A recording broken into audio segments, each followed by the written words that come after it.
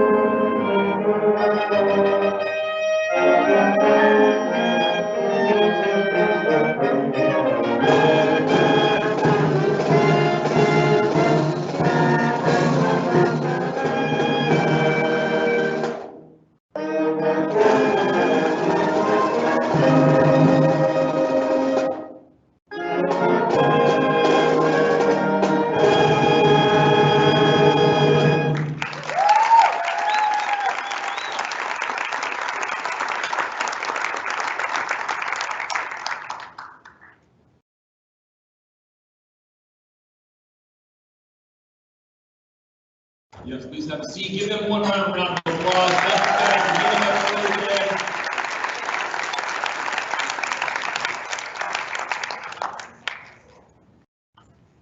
There was a few of them here at 6:45 getting ready. Next, I'd like to bring up Leona Brew, a senior here at East Hartford High School, and she has prepared some inspirational words.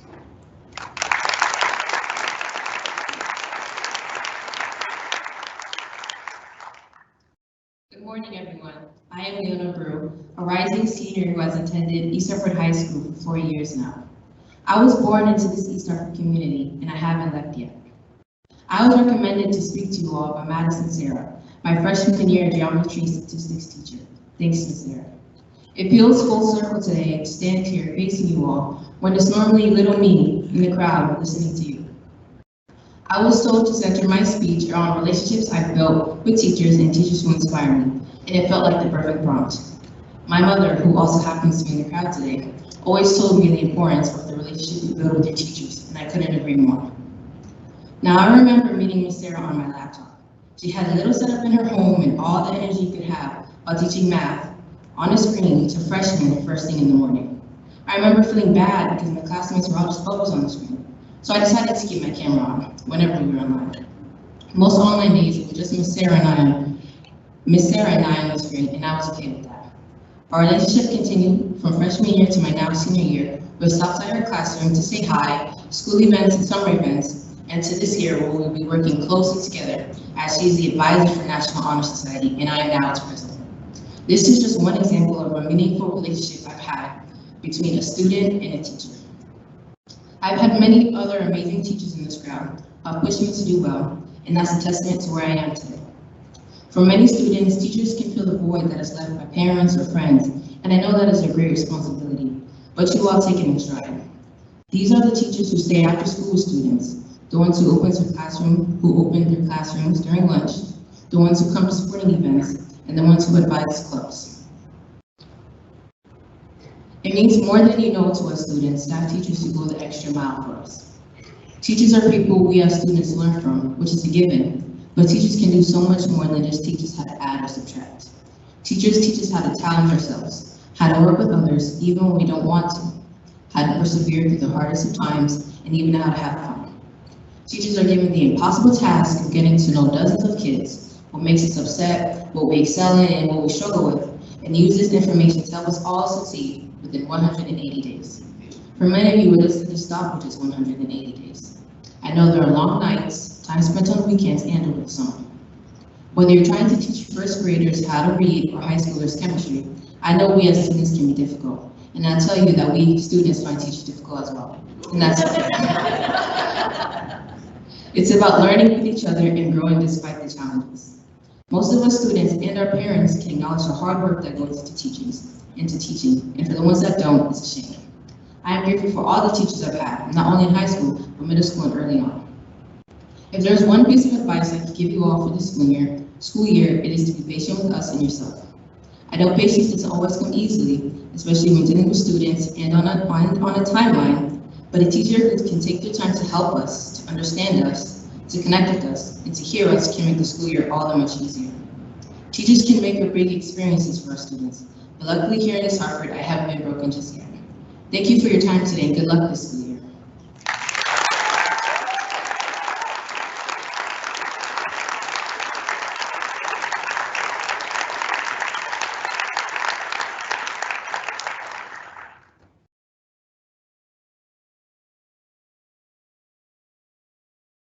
Excellent job, Leona. Great job. Some really powerful words there. Some of those words I'll be taking and putting in my admin update that nobody will read. Next, I'd like to bring up the 2024 Teacher of the Year, East Hartford English Language Arts teacher at East Hartford Middle School, Donette Davis.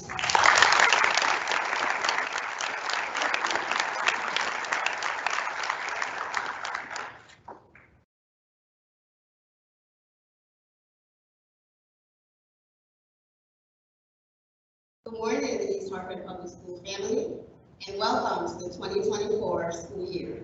I'm honored to speak to you all today.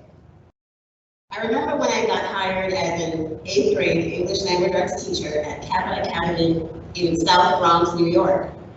Fresh out of college, I thought to myself, this is going to be easy. I remember telling my family I received my 90-minute block schedule that teachers get a lot of breaks during the day, and that I only teach 2 or 3 classes. Not to mention the school day would end by 2:30. What? This will be great. All that was true, but I underestimated how challenging it would be. That first year, those 12 and 13-year-olds taught and told me a lot about myself and the profession. Being an educator requires and demands a vast amount of time, commitment, dedication, and reflection, which are all essential but far from easy. Today I have a lot more experience and tricks up my sleeve. Most importantly, I learned that the best way to get my students to do what I want them to do, and to meet the high expectations that I've set for them, is to show them that I care about them. But also that I believe in them and know that they can surpass those expectations. I push and motivate them to do their best and let them know that if they try, it's okay to make mistakes along the way, as long as they learn something valuable in the process. I love my students like my own children, which often comes with some tough love, and I demand that they put their best effort and don't give up on themselves, because I can never give up on them. I received a note from a student last Thanksgiving who wrote, "Dear Ms. Davis, thank you for being a teacher at EHPS. Thank you for believing in us. Thank you for dealing with us kids. Thank you for not quitting because of how hard-headed we are. Thank you so much." The letter was short and sweet, but what resonated with me was that she knew that I believe in them and won't quit on them. And that's what our children need. And I do everything in my power each day to show up and give them the best version of myself. Being a warm demander is also about believing in yourself that you can lead your students where you want them to go, even when it may seem impossible. I had a student when I first started working at EHPS who told me that he doesn't write in paragraphs. I taught an entire lesson about how to write and structure a 5-paragraph essay. And when I started walking around the room to check the students' progress, James already filled up the front and back of his paper with writing, all at the margins and not one paragraph in sight. So when I said, "James, you have some good information here, but you have to separate it into paragraphs like I taught," he said, "Miss, I don't do paragraphs." In my mind, I was like, what? He was so confident in his response and just kept writing because he was really excited. He wasn't very happy with me when I told him that he's going to have to start doing them now. But then I showed him how to structure his writing, and that it looked and sounded much better when it's organized. In a perfect world, Jane would have gotten it immediately. But we're far from perfect. So did he turn in a 5-paragraph essay? No, he turned in 2 paragraphs, but it was a start. I got to know him, his interests, his hobbies, and he started to trust me and know what I expect from him. His improvement became evident in each assignment, and eventually he got the idea as I continued to teach and demand that he write and organize to his utmost ability. I ran into his mom and grandma this summer, and when I recounted the story and how proud I was of his growth that year, his mom told me that James loves writing in college, is entering his senior year, and cranks out organized A+ essays and papers. Now, I'm certain he had many other warm demanders after leaving my 2nd grade class, which is why he continued to get better and is the successful young man he is today. Our children need us to be there for them, to guide them and challenge them. We may not see the results immediately, sometimes not in the same school year, but as long as we let them know that they can trust us to help them be their best, and that we believe in them, they can and will get there, and that's what this is all about. So, as we prepare to meet our new students this week, I wish everyone an amazing, heartwarming, demanding, and outstanding school year. Thank you.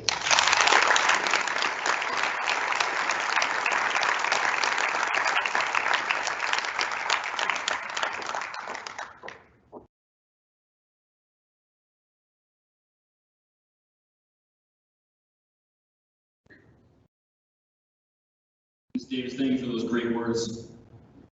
Now, please give a warm welcome to East Hartford Public Schools' new superintendent, Thomas Anderson.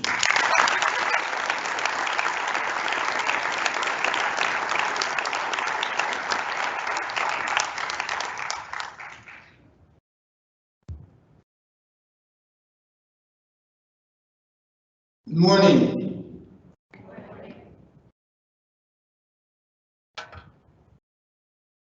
You know, it's summer, and since that light is in my face, I can't really see who's out there, so it's a little bit different. But as we get started, first I want to take this opportunity to express a sincere appreciation for the warm welcome that I've received, over the summer and since the appointment in March. I also want to recognize a couple of our board members we have. Probably not going to see them when we get to the document. But we have Matt Loff, one of our school board members, and our school board chair, Mr. Tyrone Harris, he's also here. Also, giving the messages that you heard from our student Leona and from Ms. Davis, that's what it's all about. And we look at each year, it's tremendously exciting. And for me too, Leona mentioned the word full circle. And if I think about, this is kind of full circle. The last time I was in this auditorium, we were practicing Lean On Me for graduation. I had this tie on that actually my father bought me my first year of teaching, because I didn't have any money yet. When I came back home to teach English on the second floor, I forget the room number, but it was next door to Mr. Schultz's class. And my brother, who was a junior at the time, was next door, who frequently came with his hand out. So, we have these things, and being here this morning is one of these unique opportunities to be able to be here and express a full sense of gratitude and emotion about how we're doing things. And I know that I am the last speaker before it's time for us to go, and I definitely appreciate and understand the value of classroom time. So I'm just going to go through a few things, share a little bit about who I am, because this is one of those rare opportunities and unique opportunities. Because when I come and visit, I really talk about me. I want to have everybody know who I am as a real person, and we'll be able to get to some of those things. So just giving an overview. And the word, I put this in here, the word of the year is perspective. We talk about perspective, we know the world that we're in. Everyone has their ideas, their emotions, their feelings. And just because you talk louder than someone else doesn't mean that you're right. I think when we take the time to really listen to the perspectives of other people and really come together. And we can recognize, we can stand here, which we won't, but I can stand here and we can talk a lot more about what happened this weekend with the different violent acts that have happened throughout our country. Those are things we just need to keep in mind, but always thinking about what is the root cause and how do we get past these things as people. So I want to welcome our new team of new educators, new teachers that we saw this past week. I was going to try to give a visual and so we can see the individuals who welcome with us. Again, welcome to the team. We have some new administrators, and again, I'm not going to do everything for you because to me that is why I have to say this.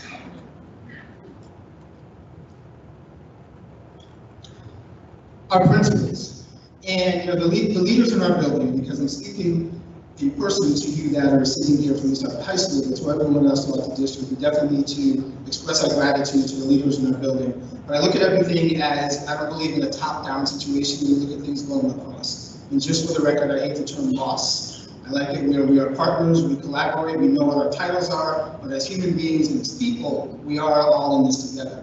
But we have to lean on our leaders in our buildings to assist and make sure that everything is going in the right direction. So quickly sharing about, my why. We hear that and it sounds really trendy about, well, what's the root, why do you do what you do, and those type of things. So we think about our families, and when we think about the root cause, sometimes that's a root cause of happiness, sometimes it's a root cause of some other emotions. And so when I look at the people that I spend most time with in my life, my wife Gretchen, our twin boys, come from Bryce, my son Jonah as well, and Layla, who just dropped off to college this past week. And so this morning was one of the first times because she kind of occupies the bottom part of the house, and it's like her suite for Princess Layla. And I have to recognize, because they'll say that she gets more than others. She really doesn't, but on the other hand, you have to be honest with yourself. And so I still send the messages and those type of things as we make these transitions as families. And so again, just kind of sharing that piece. Some of the places that are most favorite, we'll be spending another 4 years with her in Memphis. One of the boys just graduated from school in Memphis, so we kind of started all over and doing that process. But one thing I want to highlight on here, that picture in the middle, I didn't add that for this meeting. In all of the convocation presentations I've done as a superintendent over these last, and it's funny when I say it to myself, because this is year 10, which I never thought I would be getting into this role. I've had that picture of East Hartford High School there. And it's just been there, it's been part of who I am. I haven't been here, I've still been here. My parents still live here and those type of things, and there's always that level of connection.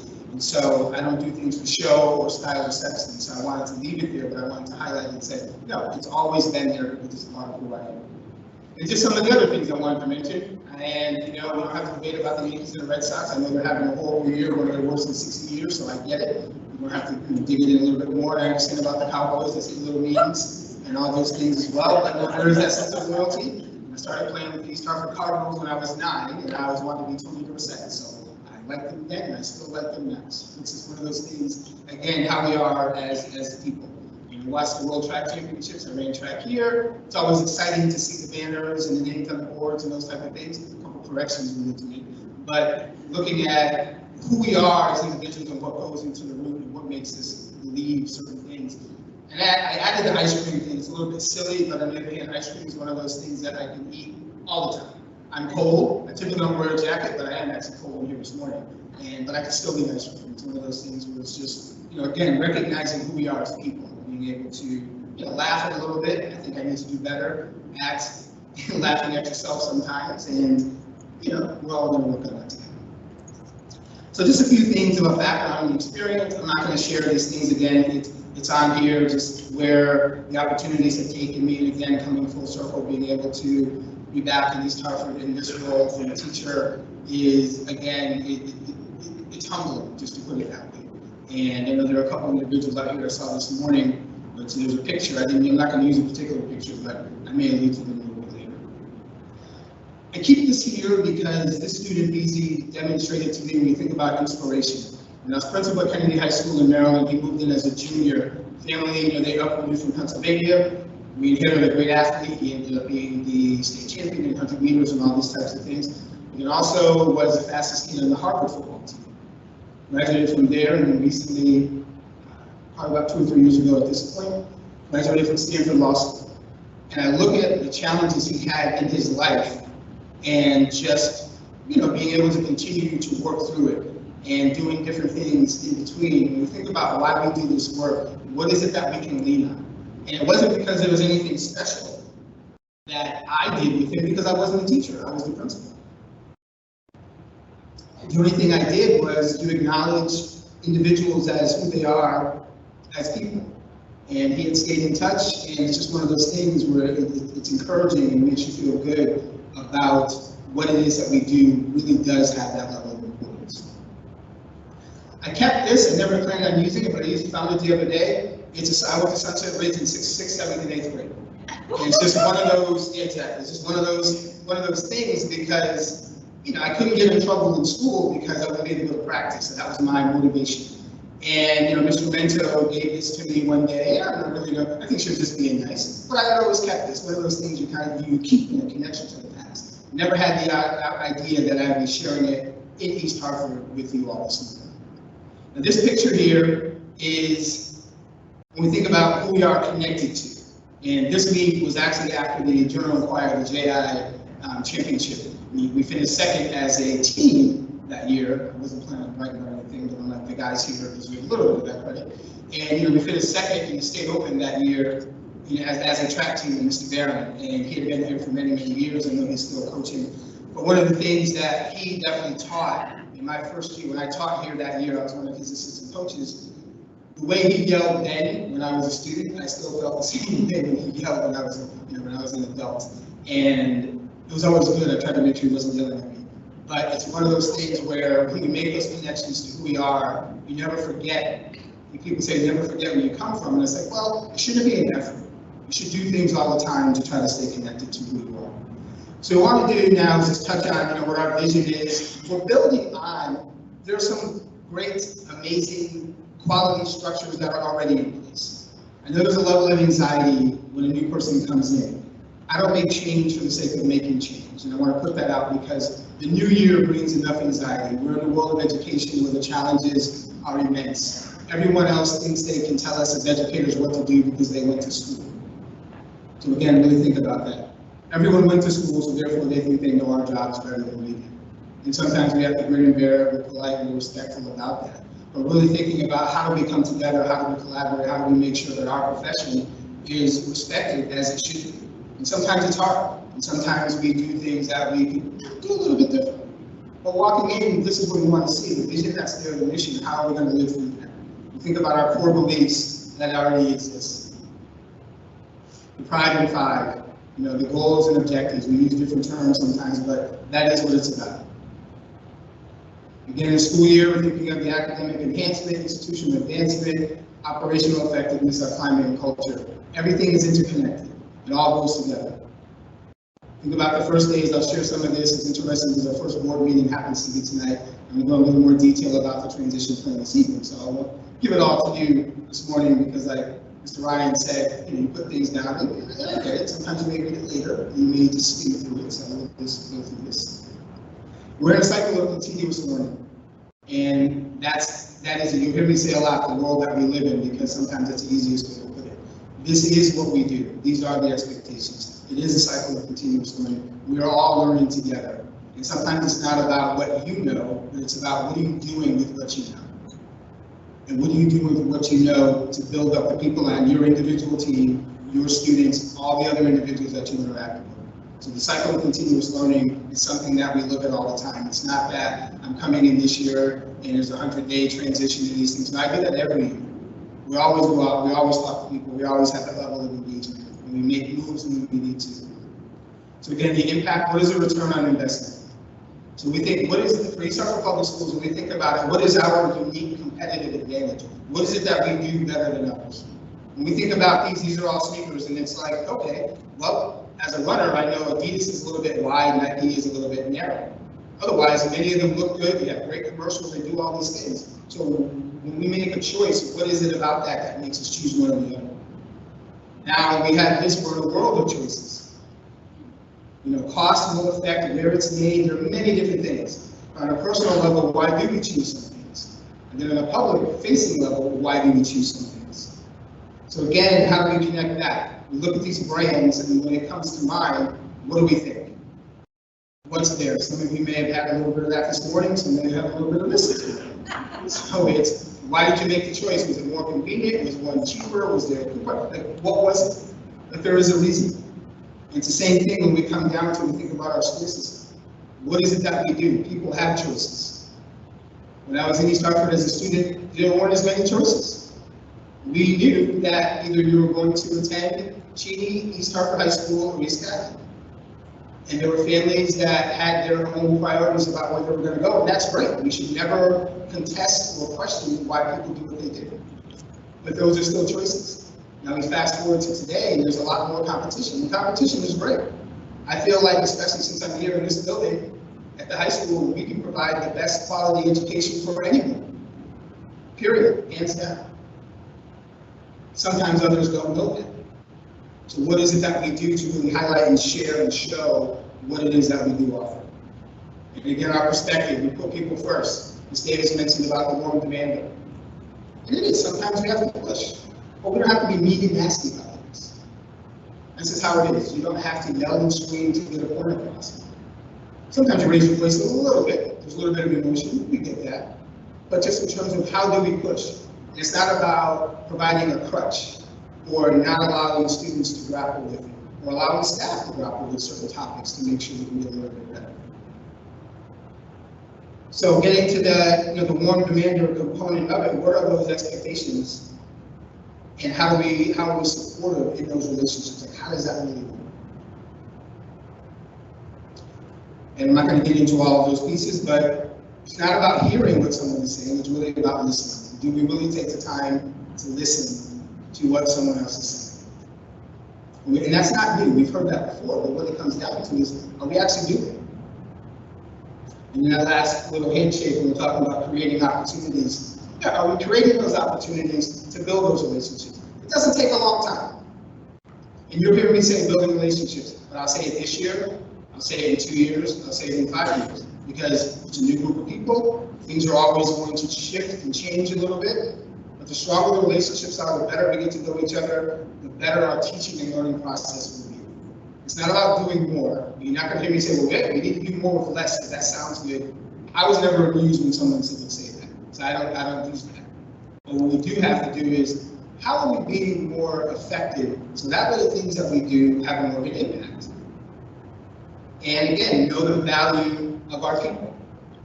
I can say that, and I'll say it now, but the objective is for you to see it. And that's when we talk about our leaders, but we're all leaders in our district. We're all leaders in our buildings, we're leaders in our classrooms.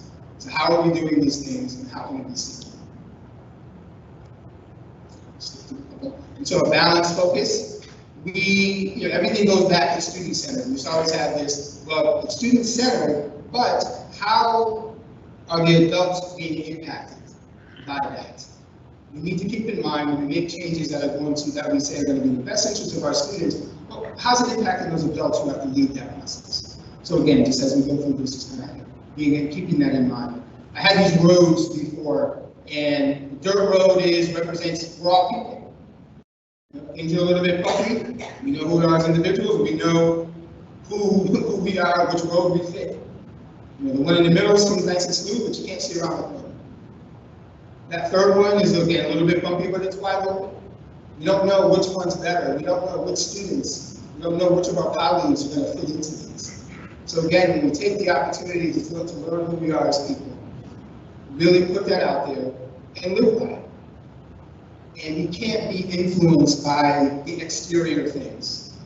So we have to influence one another, because the rest of the world, as we put it, is always going to put it to us as though we can do better, we need to push harder, we need to move faster. Sometimes that's not always the answer. So as we get ready for this year, I appreciate your time, your energy this morning. I appreciate everyone coming back, because again, you have choices. And I'm not saying we all made our choice to be here this morning, wherever you are, to be part of East Hartford Public Schools. I thank you for that. Sincerely appreciate the work that we're going to do together. I look forward to seeing all of you in your buildings when we come and visit. The other thing is, when I come to visit, I just come to visit. I don't want to interrupt instruction. When you come in, it's always great. So high school people, as a high school person, when people come into the room, we pretty much ignore them, and that's fine. But it does feel good sometimes when the elementary students always stop and say hello. I think it's always a little bit funny. I'm not saying that that's everyone do, but it's one of those things is as we do this work, again, we're all people. And I'm always going to be respectful of your time, your space, your energy when we're coming in here. And it's really about seeing and feeling the real work, not about questioning and passing judgment. And this is the opportunity for me to say it. Now the next time it's about me being able to see it. So again, thank you very much. A warm welcome, and I'll leave those names out as I mentioned earlier. I'll get to them next time. Thanks. Here's to a great year and a great rest of the day.